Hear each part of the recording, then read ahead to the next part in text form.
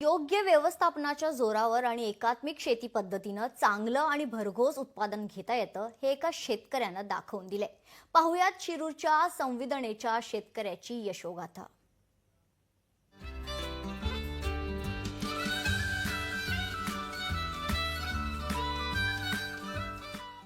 हे आहेत शिरूरच्या संविदने येथील जयकुमार मोटे। त्यांनी 2023 मध्ये आपल्या 50 गुंठे क्षेत्रावर ऊसाची लागवड केली। योग्य नियोजन आणि एकात्मिक शेती पद्धतीमुळे तब्बल 146 टन ऊसाचं उत्पादन त्यांनी घेतलंय। एका ऊसाला सुमारे 60च्या जवळपास कांडे आहेत। साधारण एक ऊस 4 महिन्याचं झाल्यानंतर मी ते सरी फोडून घेतला। त्याच्यानंतर पाण्याचं व्यवस्थापन झालं व्यवस्थित।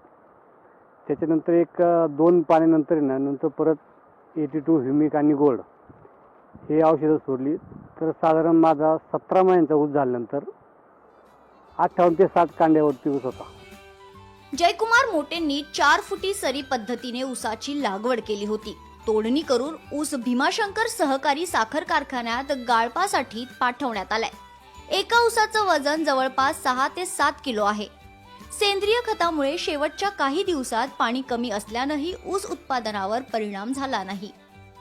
रासायनिक खतं वापरून जमिनीची नासाडी होत चाललेली आहे आणि खर्च वाढत चाललाय, उत्पन्न घटत चाललेलं आहे। म्हणजे हे दिवसेंदिवस शेतकरी म्हणजे नुकसानीत येत चाललेलं आहे। तर आम्ही एक सेंद्रिय शेतीचं म्हणजे मिशन हाती घेऊन जास्तीत जास्त शेतकऱ्यांकडे पोहोचून शेतकऱ्यांना म्हणजे कसं कमी खर्चात उत्पन्न निघेल याच्या म्हणजे हे आम्ही मिशन चालू केलेलं आहे।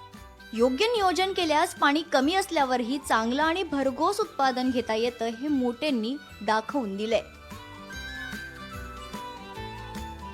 साईदीप ढोबळे, लोकशाही मराठी, शिरूर। लोकशाही मराठी ऐका, पहा, जागरूक रहा।